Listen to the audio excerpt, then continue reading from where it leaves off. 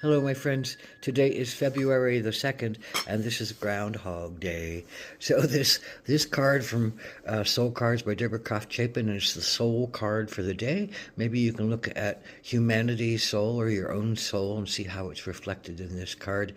Um, so what is this card saying to me? Well, it looks very appropriate for Groundhog's Day, coming out of one's earth, coming out of one's earth, coming up into sprouting, the groundhog coming out up to look for its shadow to see whether it needs to go back into the earth for 6 months, 6 more weeks, or if it come out and can play in the light of day. So this is our consciousness as well, that our earth holds our gives us our shape and our form of our vessels and our bodies. It is the womb of our creation. It gives us all the minerals and materials and resources for us to experience our lives on an everyday level in a human form in this particular realm that we are incarnated in.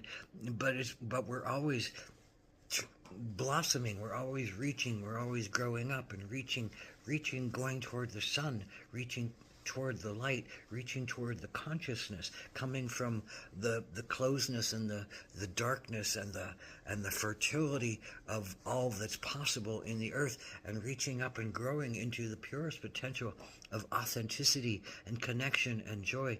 So this card speaks to me about learning that life is in cycles, learning that we are connected from the deepest part of the earth in its consciousness to the widest part of humanity's consciousness, our super consciousness, and that we are each beings that wish to grow like a plant and thrive like a sunflower and reach to the sun and give ourselves as much light and clarity and beauty for the little bit of time that we have in this earthly form before we return down into the earth for the winter of our being, where we can decompose and be brought again, resurrected, rebirthed into our next form, into our next sense of ourselves. So there's a deep connection.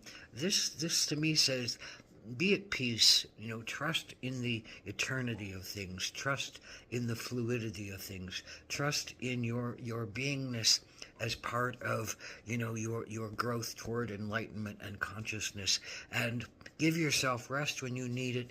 Give yourself the will to move into your light when you are ready and it is time.